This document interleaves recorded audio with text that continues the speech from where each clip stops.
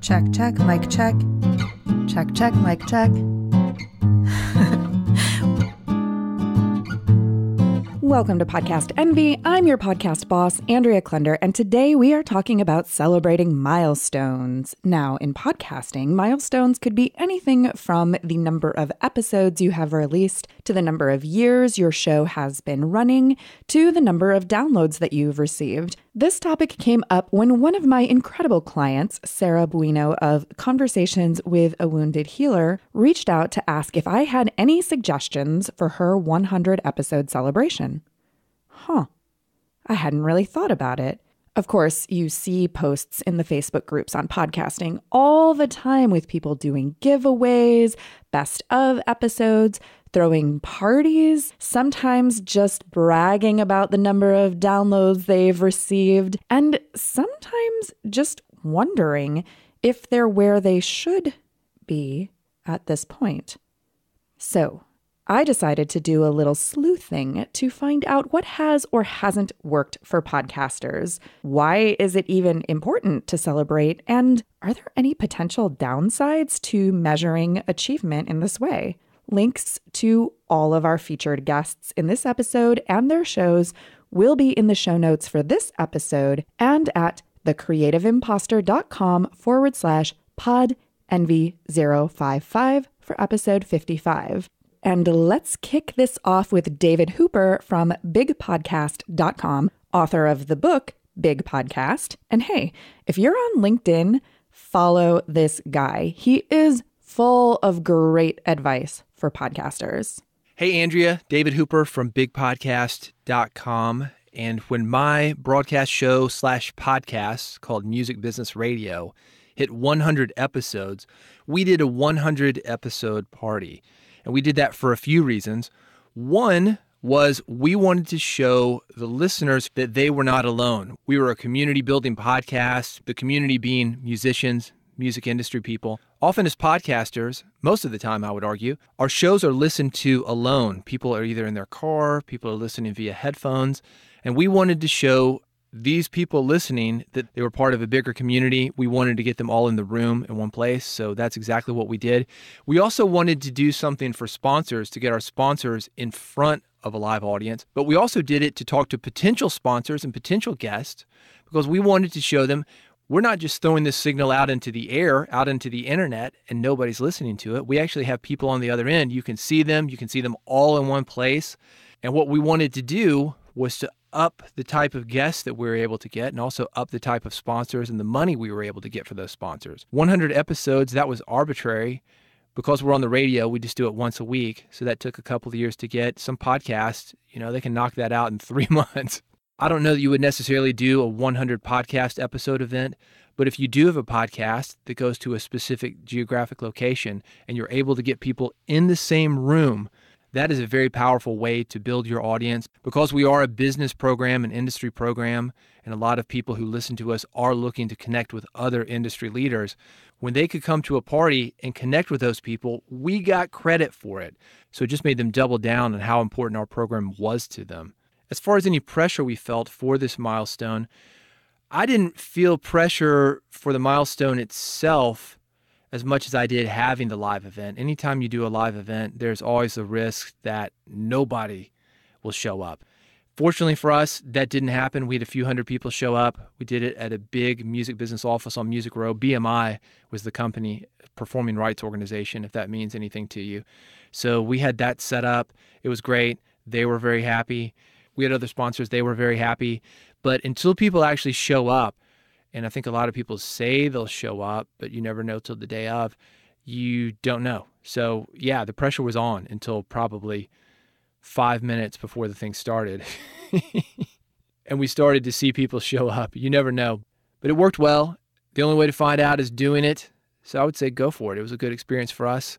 And again, David Hooper from Big Podcast, thanks for the opportunity to talk about this.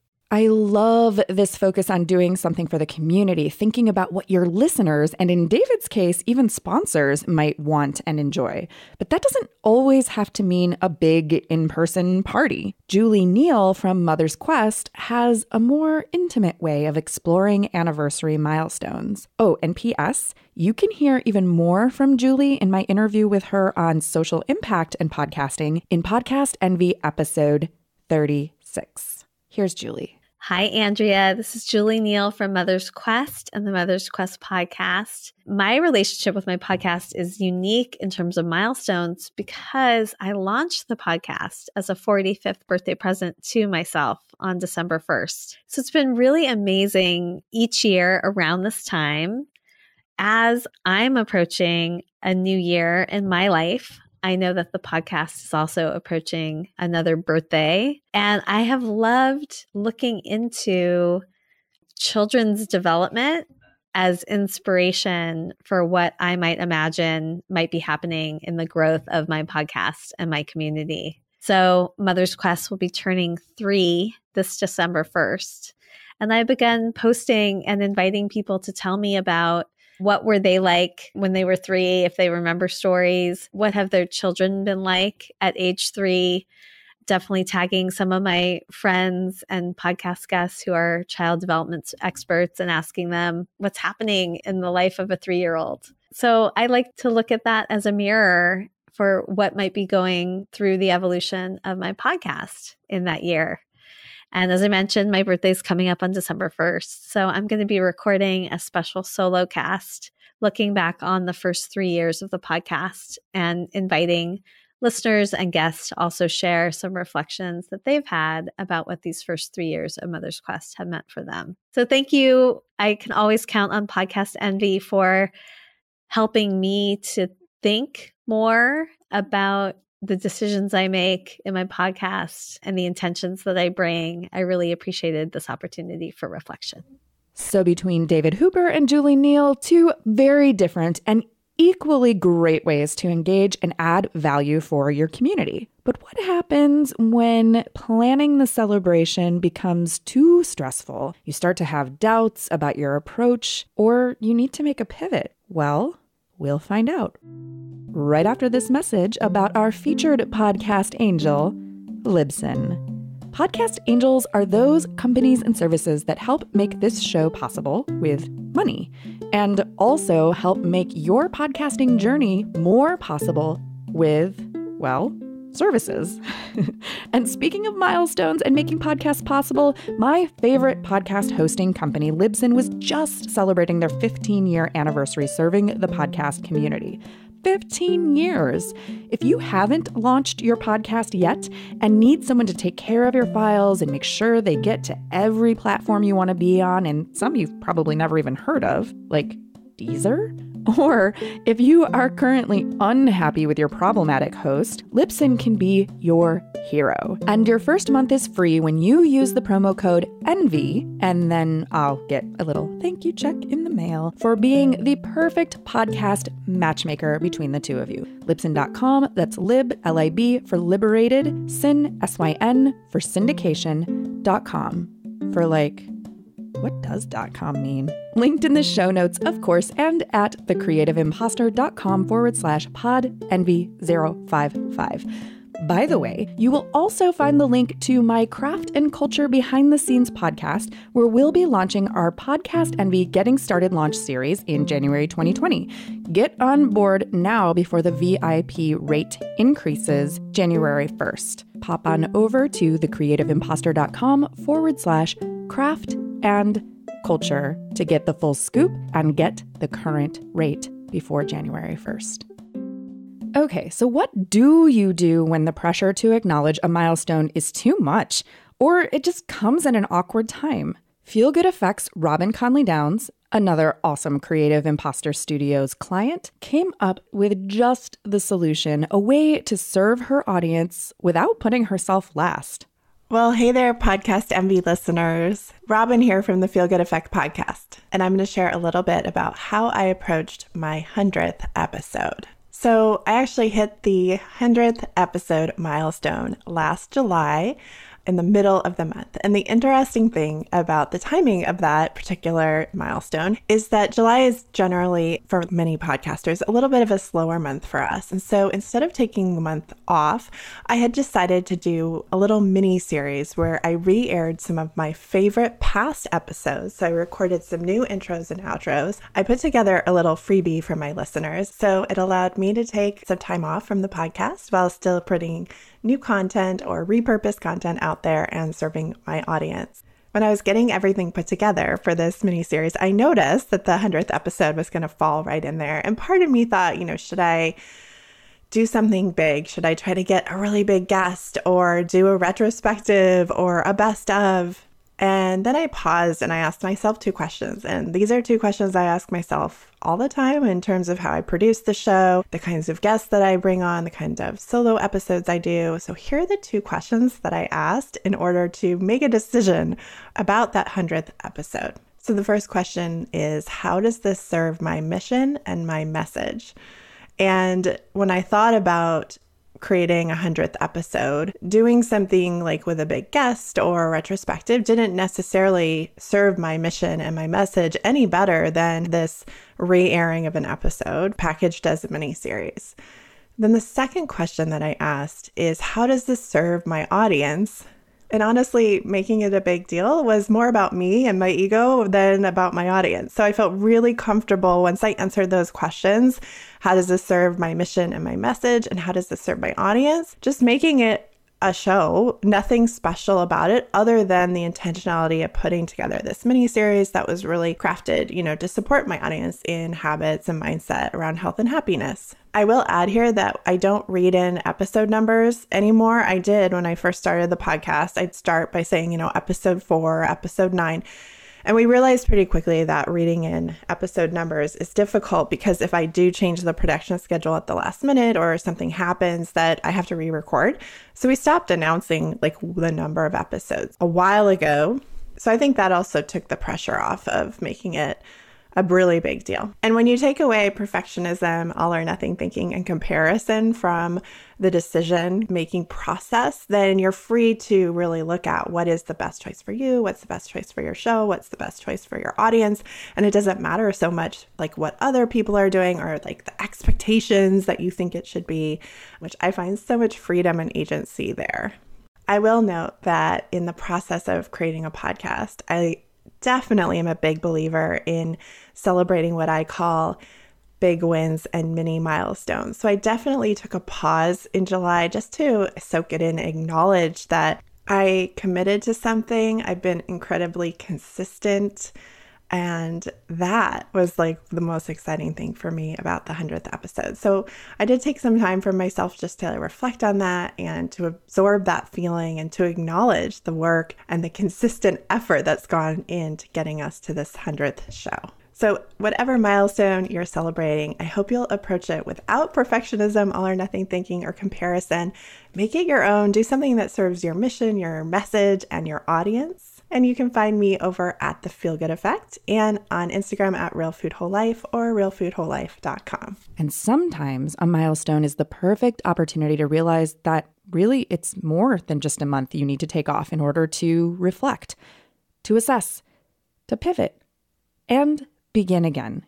Here's Melissa Guller from Everything is Teachable, the podcast from the popular online course platform, Teachable. Hey everyone, my name is Melissa Guller, and I'm the host of Everything is Teachable, which is a podcast that takes you behind the scenes to learn how everyday people have turned their knowledge and their skills and passions into online course businesses. I also run a podcast called Booksmart about personal development books. It's been a really interesting journey for me because I've now been involved with 3 different podcasts of very different sizes. So one with a friend was produced and we kind of capped out at a few hundred downloads per episode, while this podcast with Teachable gets regularly thousands of downloads per episode. And something that I've noticed about milestones between both podcasts is that there's a feeling of never enough. Never enough downloads. There are never enough episodes. There's never enough content. And at times it can feel like a hamster wheel. And I think there's a lot of pressure to continue producing content every week. We had a really exciting first season here in 2019. So we launched in July, and since then we've released 18 episodes and we just hit 50,000 downloads, which was huge and so exciting for our whole team. But an interesting decision that we just made at Teachable is that we've actually decided to pause podcast production. And instead of continuing indefinitely, we are calling this season 1 and we are taking a step back. When we think about season 2, we're starting to wonder, should we be giving different types of episodes, different types of advice? Should we interview different creators or different stories? We're doing really well. The positive reviews are coming in. People are really responding well to the show. But the truth is that we aren't entirely sure who our podcast listener is yet. And we think that by taking a step back and continuing to promote the content from season 1 for a little longer, we may learn a little bit more about our ideal listener, which will help us create a better and stronger season 2 in the future. And so we made the hard decision to pause because we want to make sure that we continue to produce good content and not just continue on autopilot. So although it gives me a little bit of anxiety to hit pause on something that's going well, I ultimately think this will be the right choice for us and that will come out better for our listeners in the end when we do return. It's funny that there are specific milestones that always seem to come up. 1 year, 100 episodes, 100,000 downloads, but what happens when everything's humming along just swell and suddenly you look up and find yourself at, 5, 6, 700 episodes? Here's OG podcaster, Podcast Hall of Famer, my guest from Podcast Envy episode 22 on imposter syndrome, and creator of The School of Podcasting, Dave Jackson. Hey, Andrea, it's Dave Jackson from the schoolofpodcasting.com, giving you my insights on celebrating milestones. Well, I've had a few, and as I record this right now, I am 4 episodes away from 700 episodes. And so like the first year, I was kind of like, hey, let's look back on 100 episodes. And on episode 200 is like, hey, let's look back on 200. And episode 400, I think, is when I peaked with milestones. I did a play, an audio drama where a fake radio, Morning Zoo, took over Binky and the Wiz and locked me in a closet. You can hear that at schoolofpodcasting.com/400. Episode 500, I again tried to do some sort of radio drama. And I think sometimes when you try to be funny is when you're not.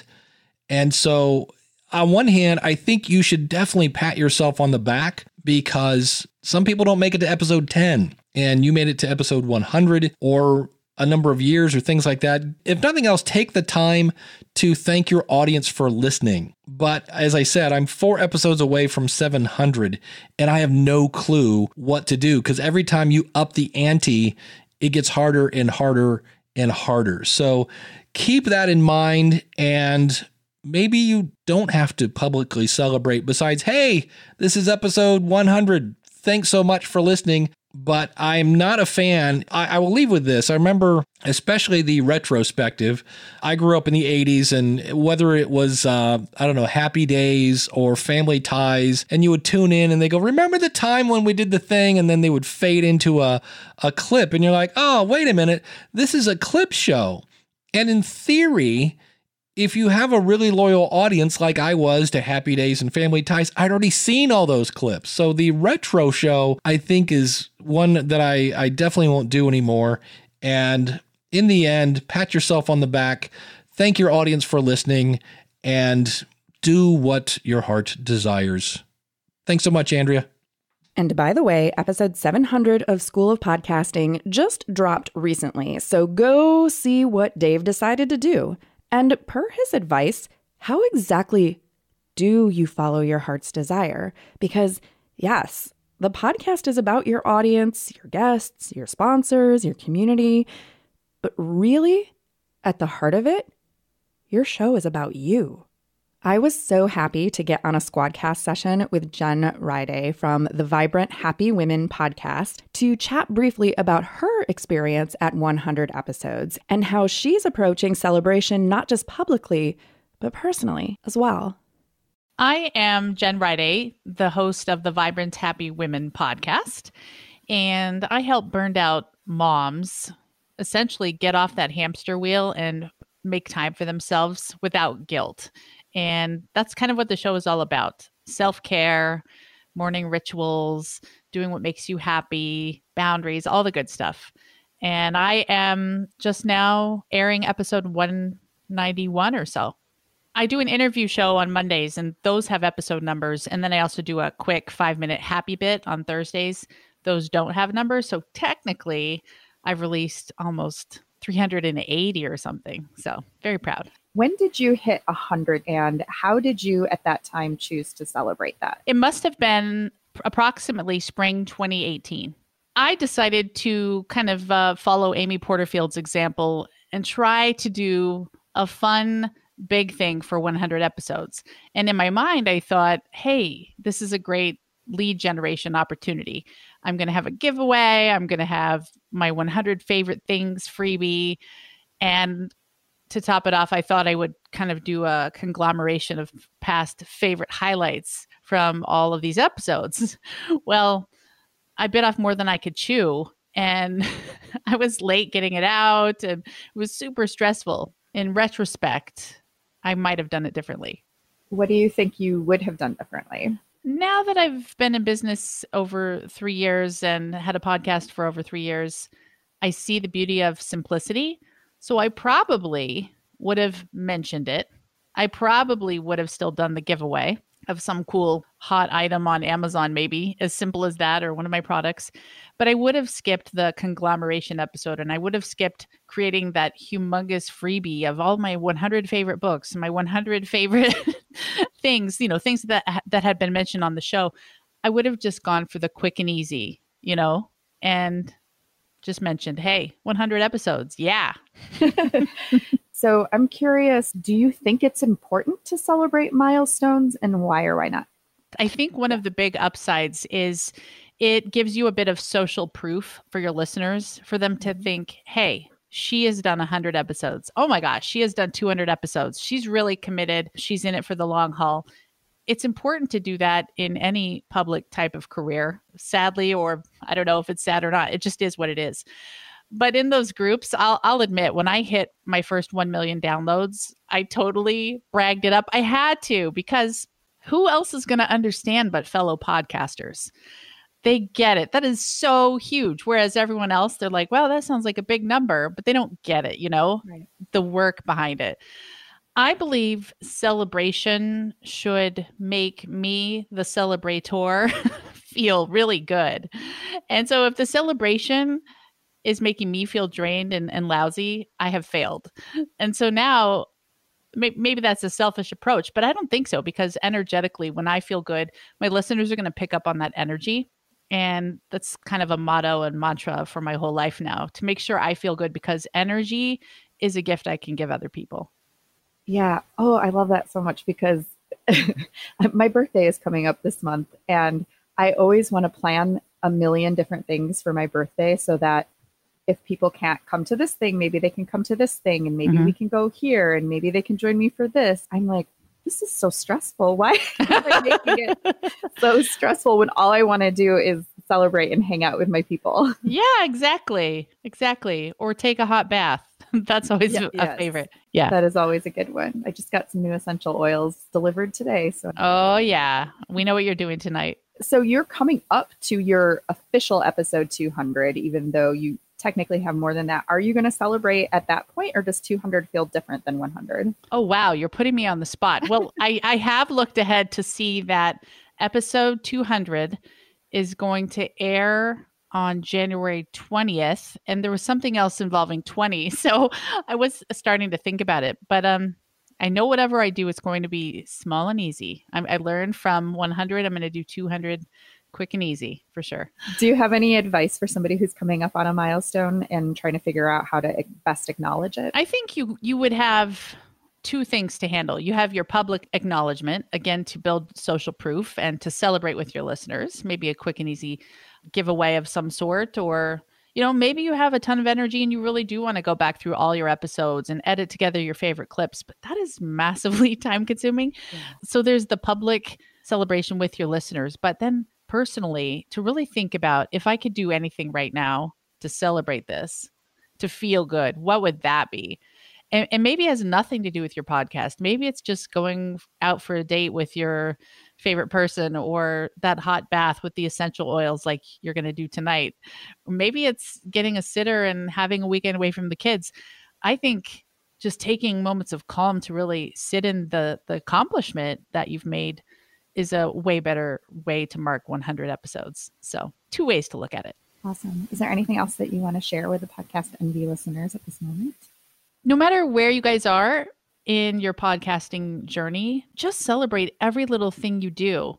The coolest thing about podcasting is when you get into a groove and you're committed to the weekly or whatever time frame you're on production of a podcast. That is something to be proud of, regardless of downloads, to consistently and repetitively take an action that is making the world a better place. And that should be celebrated every single time you hit that publish button.